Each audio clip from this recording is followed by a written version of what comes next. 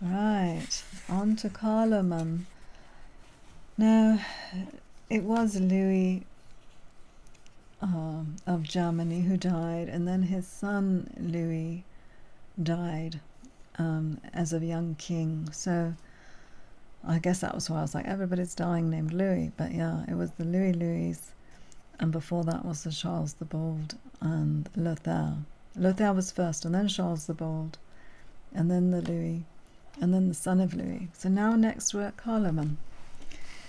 And we're at 882. And the son died some sort of strange, odd disease. And that was that. Okay, so next we have Louis III dying without children. No opposition was made to the accession of Carloman. That prince was still before Wien, with a deputation from the nobles brought him the news of his brother's death, and assurances of their fidelity. Leaving the blockade of Wien to his principal officers, he immediately proceeded to Chivry, where, after having sworn to observe the capitulary of Charles the Bold, Charles the Bold, not the Bold. The Bold was later. I might have said bold by accident. Yeah, he was bold. He was proclaimed King of Neustria. This ceremony was no sooner performed than he received intelligence of the reduction of Wien and the capture of Hermengard and her daughters, who were conducted to Autun. He now prepared to execute the plan of his predecessor for the expulsion of the Normans, but their leader, Hasting, we'll call him Hasting, suing for peace, his request was complied with, on condition that he and his followers should immediately quit the country.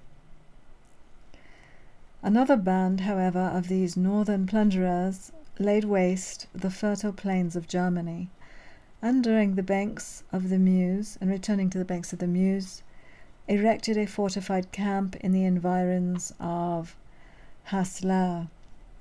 The emperor, hastening his return from Italy, repaired to Worms, and having collected a numerous army composed of Germans, Bavarians, Lombards, Thuringians, Saxons, Frisians, and French, advanced to attack the Norman entrenchments.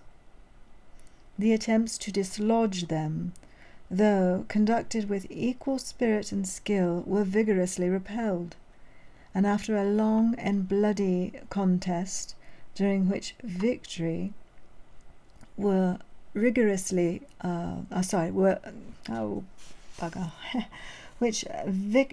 occasionally shifted from one side to the other, both parties became eager for an accommodation.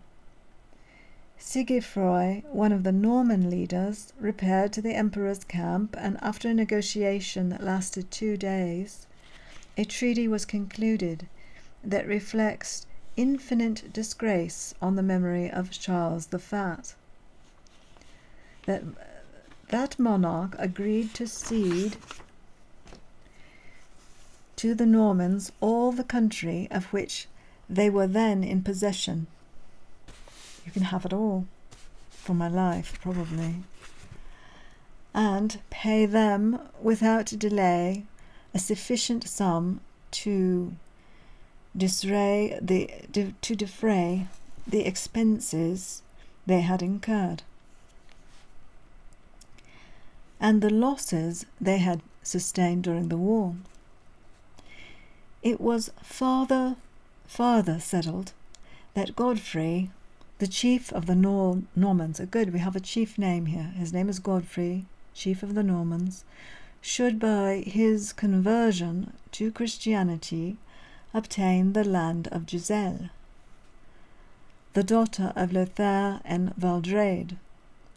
and that in consideration of this marriage, of that part of Holland which Roric had possessed, should be ceded to him by Charles.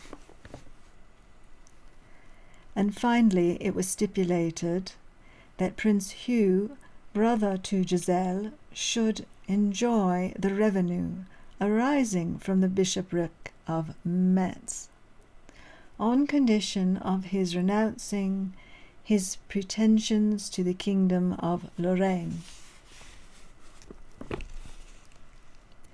By this ignominious peace, which nothing but a continued succession of defeats could possibly have justified, a dangerous enemy was established by Charles in the heart of his dominions. The churches were plundered in order to raise the stipulated sum. Sigefroi was left in possession of Haslau. Godfrey, after having received baptism, married Giselle, and conveyed his bride to his newly acquired territory, while the emperor retired to Coblentz, where he received an embassy from the French monarch, who demanded the restoration of that part of Lorraine which had formerly belonged to his predecessors. This demand, which indignation had prompted, was received with contempt, and Charles, in order to vex Carloman, released at the Pope's request the Empress Ingelberga, mother-in-law to Bausson. The Normans, taking advantage of this misunderstanding, advanced from the banks of the Meuse, spread themselves over Picardy, where they committed the most dreadful devastations, and marched towards Rheims with the intention of making that city experience the same fate with those they had already reduced. But their progress was impeded by the approach of Carloman, who, having hastily collected a small army, attacked them and forced them to retire in great disorder. They soon, however, returned with such an addition of force as reduced the harassed monarch to the degrading necessity of rescuing his provinces from pillage by the payment of 12,000 livres, which in those days was an enormous sum. Alright, so it looks like Godfrey really is in charge of this Norman so-called army for quite a while. Maybe the same Godfrey at the beginning that attacked the Danes at some point. So at 884, Carloman did not long survive this disgrace, as he was enjoying the amusement of the chase. An erring javelin, aimed at the boar by one of his attendants, pierced his thigh, and in 6 days brought him to the grave. The memory of this prince is endeared to us by the pious deceit which he practised on his deathbed. Endeavouring to screen from the mistaken resentment of the public was unfortunate domestic, by imputing his wound to the rage of the animal he pursued. Okay, so he died, this one here, Carloman of France, died in a hunting accident.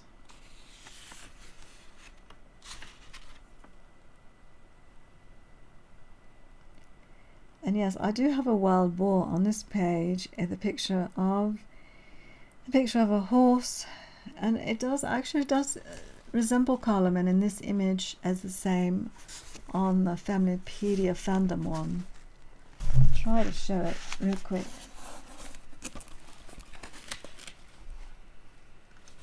There it is. Oh, it does look like him. And then there's the wild boar at the bottom.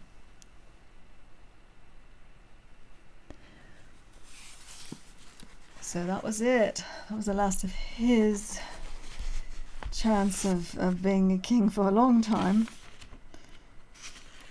That was an 884. Yeah. Right, so onward. Now who king next? We're running out of kings. Charles III. Have no fear, we've got Charles III. Surnamed the Fat. Oh, I did not show, I meant to mention this one also. It was a pretty good image somebody had put up here of, this was Louis. Remember old Louis III? He died very young, about 23 years old or something. And now this is Carloman, another one who died. So both of them are there, and they're trying to, conduct some kind of war together. It was probably the war over the Normans. Anyway, so here they are, and both of them died very, very young. So we could keep it there at the moment, but we are going on to the next. And thank you, meisterdruk.uk. Charles III, surnamed the Fat. He had a proper 884. Had a proper respect been paid to the rules of succession, Charles the Simple, the posthumous son of Louis the Stammerer, by his Queen Adelaide, would by the decease of his brother, without children, have ascended the throne of France. But the kingdom being incessantly exposed to the depredations of the Normans, it was deemed imprudent to fix the diadem on the brows of an infant. And the emperor therefore, Charles the Fat, whose age was mature, whose power extensive, was called upon to succeed the generous Carloman. Prompt to obey the pleasing citation, he hastened to Grandeville, where he received the homage of the nobles, together with their oaths of allegiance. The son of Adelaide remained under the care of Hugh the abbot, who was confirmed by the emperor in his government of that part of Neustria, which lies between the Seine and the Loire, and which was then called the Duchy of France, Paris being its capital. Charles, by this considerable addition of territory, was now become one of the most powerful princes in the world. But his capacity was greatly unequal to the extent of his empire, and that good fortune which ought to have increased his authority only tended to expose his weakness. So here he has it all, but he looks like a weakling. The son of Valdrade had not yet announced his pretensions to the kingdom of Loire, of the kingdom of Lorraine. And there was never a kingdom of Loire, of the river. And his brother-in-law, Godfrey, Duke of Holland, only wanted for a favourable pretext to break with the emperor. But Charles, by a base and treacherous exertion of cruelty, contrived to rid himself of two formidable enemies, whose machinations he dreaded. Godfrey was assassinated by Everard, an emissary of the emperors at l'Isle de Beteaux, and Hugh the Bastard being arrested at Grandeville, a few days after the murder of his brother. His eyes were put out, and he was dismissed to the monastery of Saint Gall. He was afterwards removed to the Abbey of Prüm in the forest of Ardennes, where he was compelled to assume the monastic habit. To revenge the death of Godfrey, Sigefroi entered the Seine with a fleet of 700 sail, and spread his devastations as far as Paris. And after having taken the burned town of Pontoise,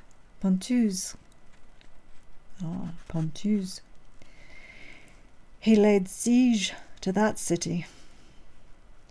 The capital of Neustria was then but a small island, comprehending that part of the present metropolis which is distinguished by the appellation of the city. It was approached by 2 wooden bridges, the present Pointe au Change and the Petit Point, each of which was defended by a strong and lofty tower. The siege was pressed by the barbarians with uncommon vigour, by a skilful exertion of their battering machines. A breach was made in the walls, but 3 furious attempts to enter it were rendered abortive by the persevering valour of the Parisians, who were headed by Eudes, Count of Paris, son of Robert the Strong, and Bishop Gosselin, who not only animated the people by his exhortations, but roused them by his example. This martial prelate was frequently seen on the breach with a helmet on his head, a quiver at his back, and a battle-axe at his girdle, driving back the enemy from a cross which he had planted on the ramparts. He was seconded by many a valiant knight, who signalized their courage on this trying occasion, but his nephew, the Abbé Abel, distinguished himself in a peculiar manner, and by the prodigies of valour he performed excited the astonishment of his friends, and spread terror and dismay through the enemy's ranks. Never was greater fury displayed in attack, nor greater constancy and firmness in defence than at this memorable siege, which lasted a year and a half, and during which the Parisians experienced all horrors of pestilence and famine. The emperor in the meantime remained in the vicinity of Frankfort, from whence he contented himself with sending such supplies as the capital required. Twice was Count Henry dispatched with provision and troops for the relief of the garrison. The first time he succeeded, but at his second attempt he was surprised, and with his whole army cut in pieces. The news of his death at length determined the king to march in person, and the hopes of the Parisians were revived by his appearance on the Mount of Mars, which is now called Montmartre. Yet Sigefroi beheld the hostile standards with an undaunted countenance, and steadfastly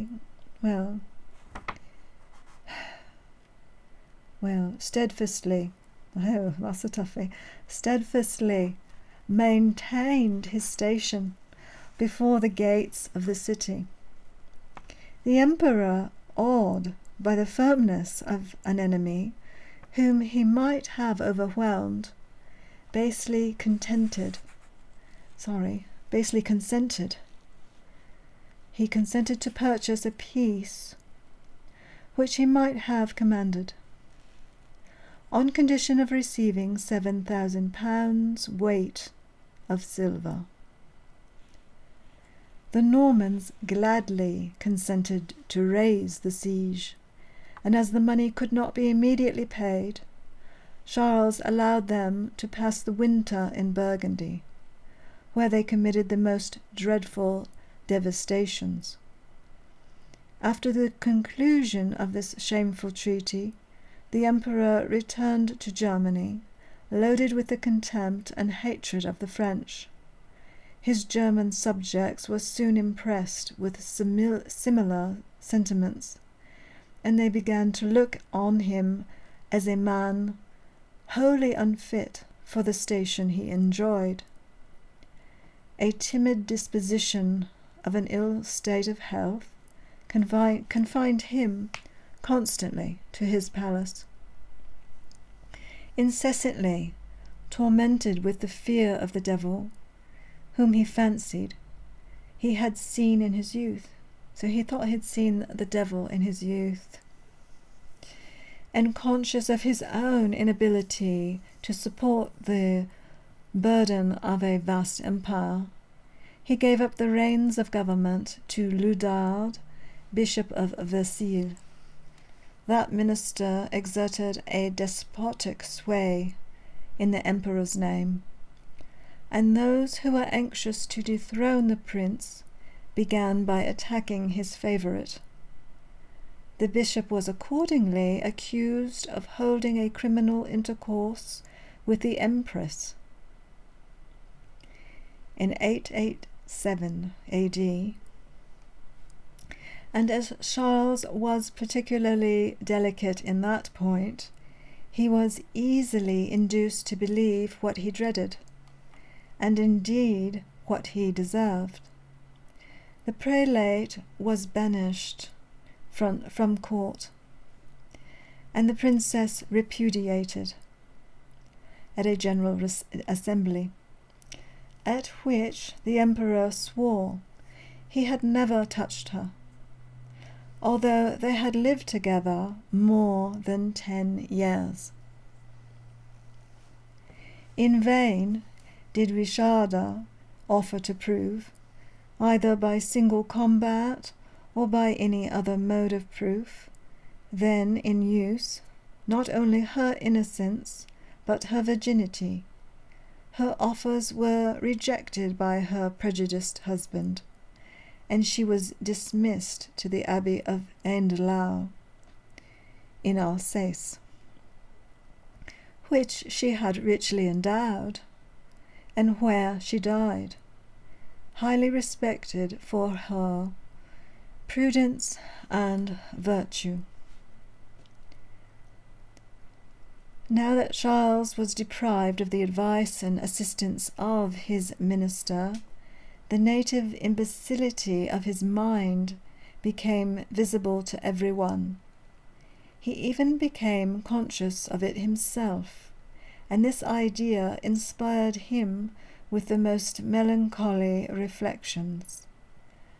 Having convoked a parliament at Tribourg, between Mayence and Oppenheim, the nobles and prelates who were present remarked the uneasiness that appeared on his countenance, and the defect in his understanding, and pronouncing him unfit for royalty.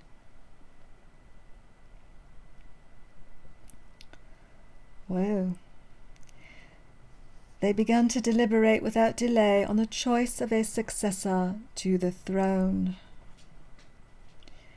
Charles the Simple was indisputably the lawful heir, but his youth being still regarded as a bar to his succession, all the efforts of his friends proved inadequate to procure him the crown of France.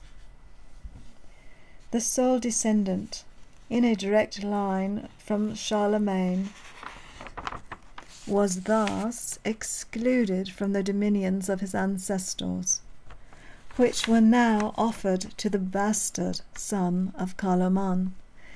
So the bastard now is going to get it all. in direct violation of the rules established under the second race of kings, which deprived natural children of all rank in society, consequently placed an effectual impediment in their way to the throne.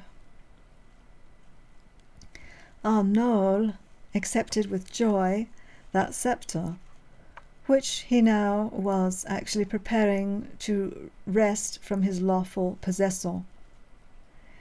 And the revolt was so general that in less than 3 days his authority was acknowledged, throughout the whole extent of Germany. So nobody really wanted that other Charles, and they preferred Arnauld the Bastard. So go figure. Next, we have Charles, in the meantime, was reduced to the most dreadful situation, driven from his palace without a servant to attend him in his illness. He was deprived of the mere necessities of life, and yet was afraid to ask for assistance, nor did anyone dare to afford him relief, through fear of incurring suspicions of disaffection to the usurper. Disaffection to the usurper. Luitbert, Bishop of Mayence, was the only person in the kingdom endowed with sufficient humanity to receive the hapless prince, and console him in the midst of his misfortunes. An application to Arnauld at length procured him the assignment of a few petty fiefs in Germany, whose revenues scarcely afforded him a miserable subsistence. This state of wretchedness, however, was but of short duration. Grief, or, as some writers have asserted, poison, brought him to the grave in 888 AD. In 3 months from the time of his deposal, he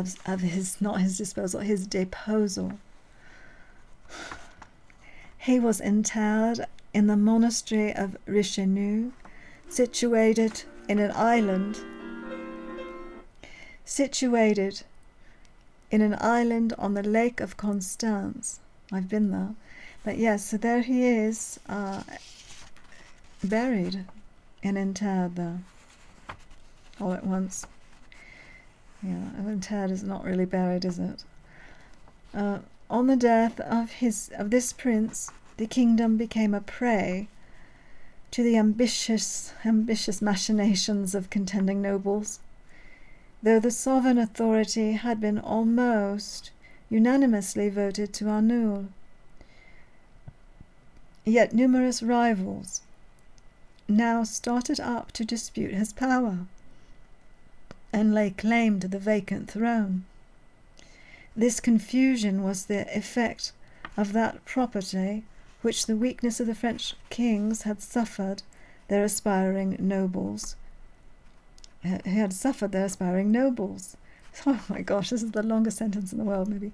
Okay, which weakness of the French kings had suffered their aspiring nobles gradually to acquire. In fiefs which at first were granted but for life or during pleasure, these had been imprudently allowed to pass from father to son. The possessors insensibly accustomed themselves to regard as their own what in fact belonged to their sovereign, and at length attempted to erect each petty government into an independent monarchy. The most plausive and powerful pretenders to the vacant throne were Berenger, Duke of Friaul, grandson by his mother to Louis the Gentle; Guy, Duke of Spoleto, great-grandson to Charlemagne, by daughter of Pepin, King of Italy; and Louis, the son of Bozon, grandson by his mother Hermengarde to the Emperor Louis II. Rodolphe, son of Conrad, Count of Paris, nephew to the Empress Judith, wife to Charles the Bald, and Eudes, son of Robert, Count of Anjou, and descended, according to some genealogists, from Childebrand, brother to Charles Martel, and uncle to Charlemagne. So now they're saying, well, he's still a bastard, so maybe they're splitting off and saying, well, we'll be king over here. So we have lots of little kings springing up. The Duke of Friaul was the first to assert his pretensions and to procure an acknowledgment of his sovereignty by a considerable part of Italy. Guy, Duke of Spoleto, next entered the lists, and marching to Rome was there invested with the imperial dignity and proclaimed King of France. He then hastened to Metz, and from thence to Langres, where the bishop, whose name was Guillaume, performed the ceremony of consecration, and declared him king of all Neustria. But finding the people indisposed to receive him, he quickly repassed the Alps, defeated Berenger in 2 bloody battles, tore the diadem from his brows, and compelled him to take refuge in Germany. Okay. Rodolphe, in the meantime, attended to the motions of his formidable rival, had taken possession of the whole country between Mount Jura and the Pennine Alps, and was actually proclaimed king by the inhabitants. But Eudes, who enjoyed the esteem and affection of the people, bore away the palm from his numerous competitors. Eudes is getting an entire chapter to himself. I'm going to take a pause for a moment. All right, now with Eudes, I brought in this just to help out. Where are we now? There did seem to be a bit of a break there after Carloman, after Louis III. It seems like there was an interruption in the line. Because we had this Charles that they deemed as he was no good. He was just no good. And they just wanted him out. Anyway, so next we have this Eudes. Now, all over the place he's listed as Odo, O-D-O, but the French spell him as Eudes. So he probably went by both. Maybe Odo was more of a, I don't know, like a nickname. Could have been a nickname. So back to 888. It was in Parliament, assembled in Compiègne, that the nobles and prelates of the realm proceeded to the election of a new monarch, and Eudes, Count of Paris and Orléans, Duke of Burgundy, also, he was declared to be the object of their choice. To the remembrance of his father, Robert the Strong, who had died in defending the state from the depredations of the Normans, and to the glorious feats which he himself had achieved in the defence of the capital. Was this nobleman indebted for the crown? So he's achieved all of this in defense of the capital and blah, blah, blah. All right. So they all are saying he's the one. The ceremony of this consecration was performed at Sens by Vautier, Archbishop of that diocese. The prudent precautions adopted by Eudes on his ascension to the throne were well calculated to secure the possession of it. He publicly protected that he publicly protected that having been appointed guardian to the young Charles by Louis the Stammerer, he only accepted the diadem with the view of restoring it to the lawful heir, so soon as he should be sufficiently old to govern the kingdom. Okay, here we go. So he is saying he knows he's not really, but he'll just be in charge until the young one is. Threatened with a destructive war by the Germans, he sent to Arnaud and assured them that if his nomination to the throne was likely to disturb the tranquillity of France, he was ready to resign the sceptre. He even went to Worms, where he had an interview with Arnaud, into whose hands he surrendered the crown, solemnly swearing that he would never wear it but with his free consent. The King of Germany, flattered by this mark of deference and condescension, restored the diadem and promised to forbear from all kind of opposition to the government of Eudes. This prince began his reign by an earnest endeavour to repress the insolence of the nobility and to humble the foreign and domestic enemies of the state.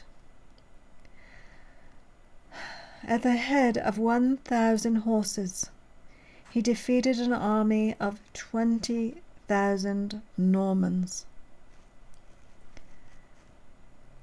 In the forest of Montfaucon. And this glorious victory might have been attended with extensive advantages, had not Eudes been hastily recalled from the pursuit by a revolt in Aquitaine. His presence restored the allegiance of that province, but the Normans had taken advantage of his absence and erected their victorious banners on the walls of Meaux, Toul, and Verdun.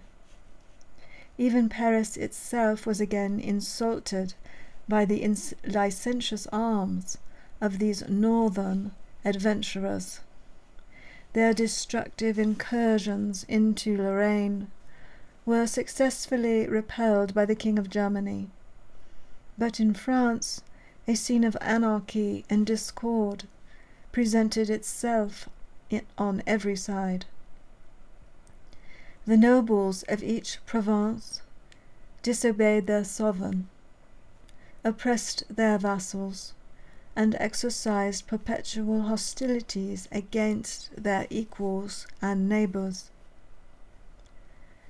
The Princess Hermengarde, in the meantime, having secured the votes of Arnaud and the Pope, that is, of two persons who had not the smallest right to dispose of their throne, endeavoured to procure the coronation of her son Louis. And this strange attempt was at length crowned with success.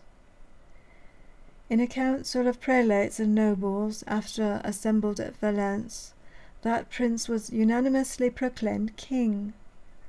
"We have examined," said the members, "whether we could, in prudence and justice, elect Louis, the son of Bosson, and we have unanimously agreed that the sceptre could not pass into better hands." Such were the attempts, and such the pretensions of the ambitious and ignorant clergy, pretensions found on a dangerous assumption of power, which they insidiously extended from spiritual to temporal matters. Pretensions authorized by the Assembly of Compiègne, and long regarded as just and proper, though at length they are universally acknowledged to be errors, exploded by the divine author of our religion, who declared in express terms that his kingdom was not of this world.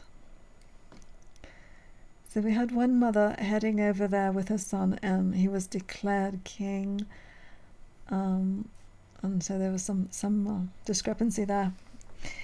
The insurrection in Provence was followed by violent commotions, excited by the nobles of Neustria.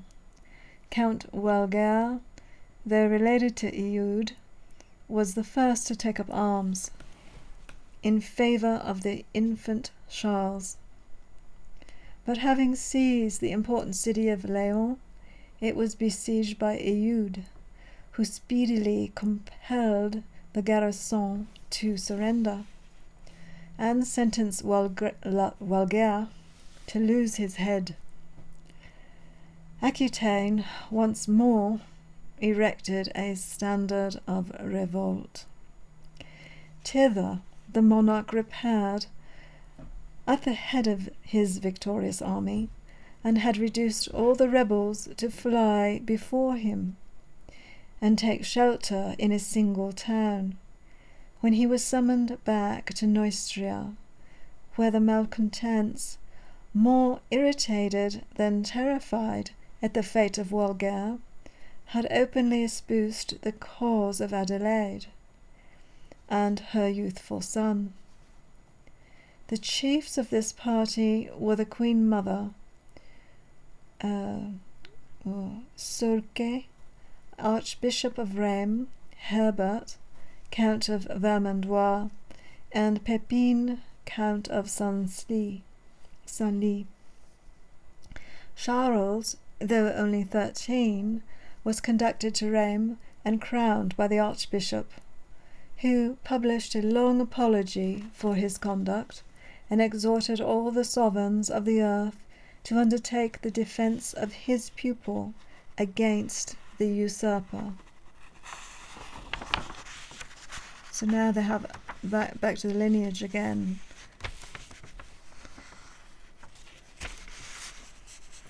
Charles IV, and now also they did bring in horses versus, so that was one way that they won over the Normans. Or they were on horseback all of a sudden. Yeah, quite a bunch of horses. The King of Germany in 893 was highly displeased with the remonstrance of Soultke, or Foulque, we could say it, and he accordingly wrote to that prelate, threatening to make him feel the effects of his resentment. The Archbishop replied that seeing the kingdom exposed to the depredations of the Normans, he had thought it's his duty to consent to the coronation of Eudes, who was alone capable of defending the state, but that the son of Louis, the Stammerer, having now attained an age at which the assistance of his ministers he might safely be entrusted with the rein of government, he could not refuse to comply with the unanimous request of the nobles who called him to the throne of his ancestors, and that at a time when so many subjects aspired to the crown. He deemed it dangerous and improper for him to set an example of infidelity to the lawful heir. These arguments, however, were insufficient to convince the ambitious monarch, but the commotions in Italy and the revolt of some tributary states induced him to dissemble. Yeah. He saw the army of Eudes on the point of attacking the royalists, and he resolved to wait the event of the action before he declared himself. Victory decided in favour of Eudes, and the youthful king was compelled to take refuge at the court of Germany.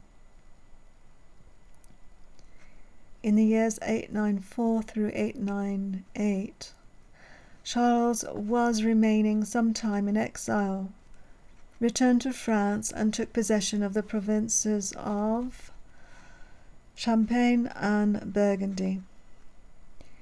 Eudes himself, though the persuasions of the Archbishop of Rheims soon after extinguished the torch of discord by acknowledging the sovereignty of that prince, and only retaining under an oath of homage and fidelity the country from the Seine to the Pyrenees.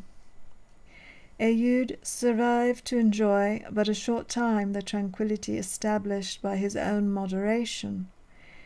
In the month of January, subsequent to his abdication, he expired at La Fère in Picardy, in the 40th year of his age, esteemed by the Normans whom he had vanquished, beloved by the people whom he had protected, and hated yet dreaded by the nobility whose oppressions he had firmly opposed.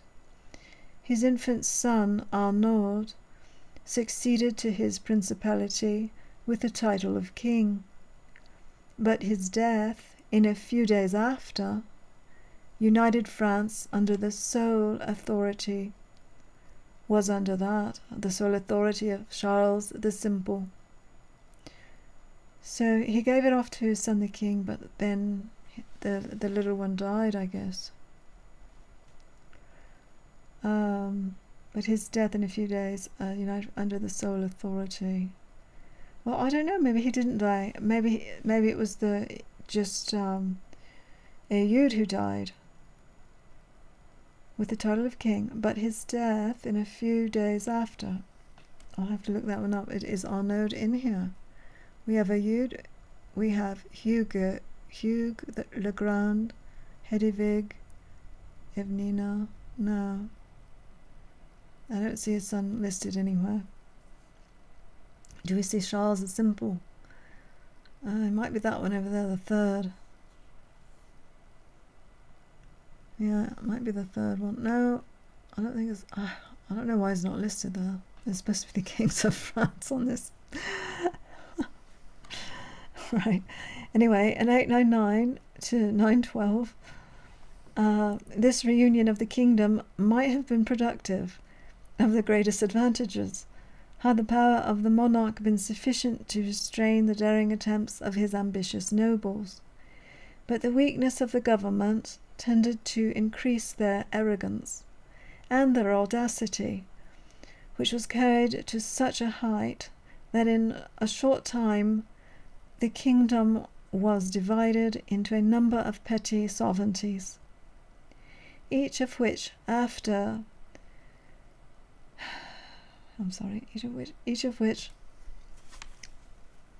asserted its independence on the crown. Okay, so they're all independent. Hence all was anarchy and confusion, and the authority of the king was reduced to a shadow, and the strength of the nation nearly annihilated. Such was the state of France when attacked by an enemy, who to the most intrepid courage united the most extensive views. Rollo was a powerful chieftain who had been originally possessed of an independent principality in Denmark, of which the cruelty and perfidy of the reigning monarchs had unjustly deprived him. Compelled to take refuge in a remote corner of Scandinavia, he resolved to repair the loss he had sustained by following the example of his countrymen in committing depredations on the more southern coasts of Europe. and for this purpose he collected a formidable band of adventurers, composed of Norwegians, Swedes, Frisians, and Danes, who, allured by the prospect of plunder, flocked to him from all quarters. And having equipped a numerous fleet, he bade adieu to his native country. So Rollo really was a Dane. His first attempt was made on England in the latter end of the reign of Alfred, but finding the island in a proper posture of defence, and governed by a wife and courageous prince, he prudently desisted from his enterprise and repaired to France, where he was suffered to spread his destructive ravages over the greatest part of the kingdom with impunity. He continued his devastations for some years with uninterrupted success, which so harassed the French that they at length compelled their sovereign in the year 912 to sue for peace. As Rollo was victorious, he imposed such terms on Charles as best suited his convenience. A cession of territory was an object he insisted on, and the king was reduced to purchase a peace by the sacrifice of one of his most fertile provinces. So who gets it? Well, Rollo gets it, but what's he going to get?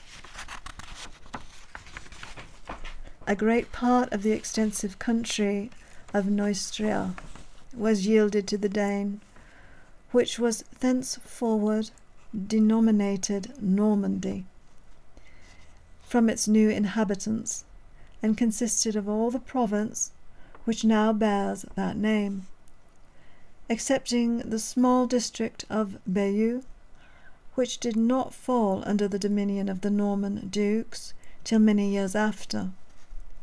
For this he was required to do homage to the crown, and he repaired to Clare, upon which did not fall under. He repaired to Clare upon Epte.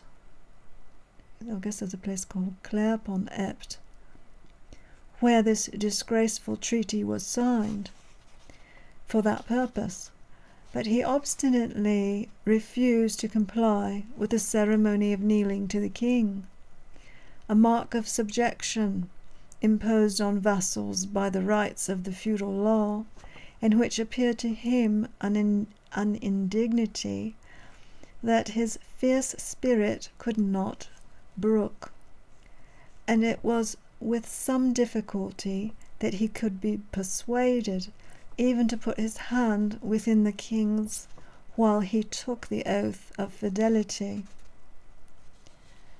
Besides Neustria, Charles likewise gave him the turbulent province of Brittany to hold as a fief of the crown, but the Britons, not less fierce and untractable than the Danes themselves, refused to pay homage to Rollo, which occasioned frequent wars between the two provinces. Okay, so we now have official Rollo, official Norman, official Normandy. It's all happening. They gave it to a Dane. In order to attach Rollo more firmly to his interest, Charles gave him his daughter Giselle in marriage, but required his conversion to Christianity as a previous condition. This was cheerfully complied with by the Norman, who accordingly received baptism from the hands of Francis, Archbishop of Rouen, and was named Robert, from Robert, Count of Paris, who answered for him at the baptismal font. The grace of this holy sacrament, says Mézeray, operated so powerful a regeneration in Rollo that he became one of the best princes of the age. Certain it is that he governed his new acquired territories with great equity and moderation. He treated the French who submitted to his sway with justice and lenity, and reclaimed his followers from those inveterate habits of plunder to which they had been accustomed from their cradle, effected the establishment of good order and salutary laws throughout his dominions. The only flaw in the character of Rollo was his barbarity to his wife, who died of a broken heart in consequence of his ill treatment. And when Charles sent 2 of his officers to remonstrate with him on the impropriety of his conduct, he had them both put to death. So Rollo was mean to his wife, and Charles didn't like that. Those 2 put out his little envoys there. Okay, so Charles in the same year received some compensation for the dominions he had divested himself of by the death of Louis, King of Germany. And with that prince expired the male line of Charlemagne in Germany, and the vacant throne was, by the free voice of the nobility, filled with Conrad, Duke of Franconia. But Lorraine refused to acquiesce in the injurious election, and in Charles sought the protection and acknowledged the authority of the last prince of the Carlovingian race. From 912 to 921, the subjects of the French monarch soon discovered that the weakness of Charles under the name of a favourite required a master, and the obsequious arts of Hagnon, a private gentleman without birth and without fortune, gained the confidence of the king.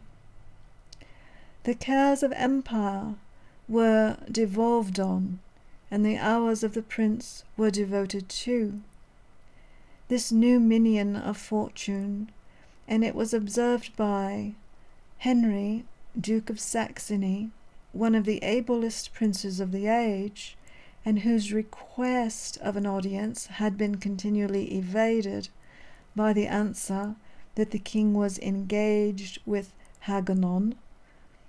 Either Hagnon will seat himself on the same throne with Charles, or Charles will become a private gentleman like Hagnon. Yet the favourite, however unpopular, cannot be denied the praise of wisdom, penetration, vigour, and fidelity. But the times were adverse to the administration he had assumed, and the 2 Roberts, the 2 Robert Dukes of Normandy and France, overshadowed with united influence the power of the crown. Their formidable confederacy at length compelled the king to dismiss his minister, and their ambition, nourished by success, soon revealed the pretensions of Robert to the throne, to a throne, which had been occupied by his brother Eudes. The recall of Hagnon was the signal of war. Robert was so solemnly crowned at Rheims, and with the forces of the conspirators encamped under the walls of Soissons. While in ostentatious security he enjoyed the pleasures of the table, he was surprised by the appearance of Charles at the head of a few faithful followers. With undaunted courage he mounted his horse, and endeavoured to restore order to his troops. but in the tumult of the conflict he received a mortal wound from the spear of his rival, and was dispatched by his surrounding enemies. Yet his son Hugh and Herbert, Count of Vermandois, maintained the battle with successful valor, and Charles, after having enjoyed the triumph of revenge, was in his turn compelled to retreat before superior numbers, with the loss of his baggage and the bravest of his companions. All right, so Robert was killed, I believe, in that one.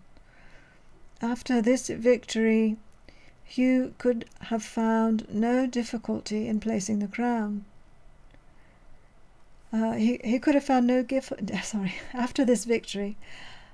Am I tired? Yeah, let's stop. But yeah, we're going to stop. We're getting into Rodolfo and all that. So they are getting into more of the Normandy, the kings of Normandy, really, because they did become kings of Normandy. I don't think... Oh no, I'll just finish it. It's almost over, this one. Okay, so after his victory, Hugh could have found no difficulty in placing the crown upon his own head, nor can his forbearance to do so be easily accounted for. An author who wrote soon after the present period observes that he sent to his sister, Emma, who was married to Rodolphe, Duke of Burgundy, to ask her whether she would rather see himself or Rodolphe on the throne, and that she replied she would rather kiss the knees of her husband than of her brother. On the receipt of this answer, Rodolphe was proclaimed King of France, and the ceremony of his coronation was performed in the church of Saint Médard at Soissons by Gautier, Archbishop of Sens. Charles might still have maintained a successful struggle with his enemies, but for the treachery of Herbert, Count of Vermandois. This nobleman, being resolved to seize the person of his sovereign, sent the Count of Senlis to assure him of his loyalty.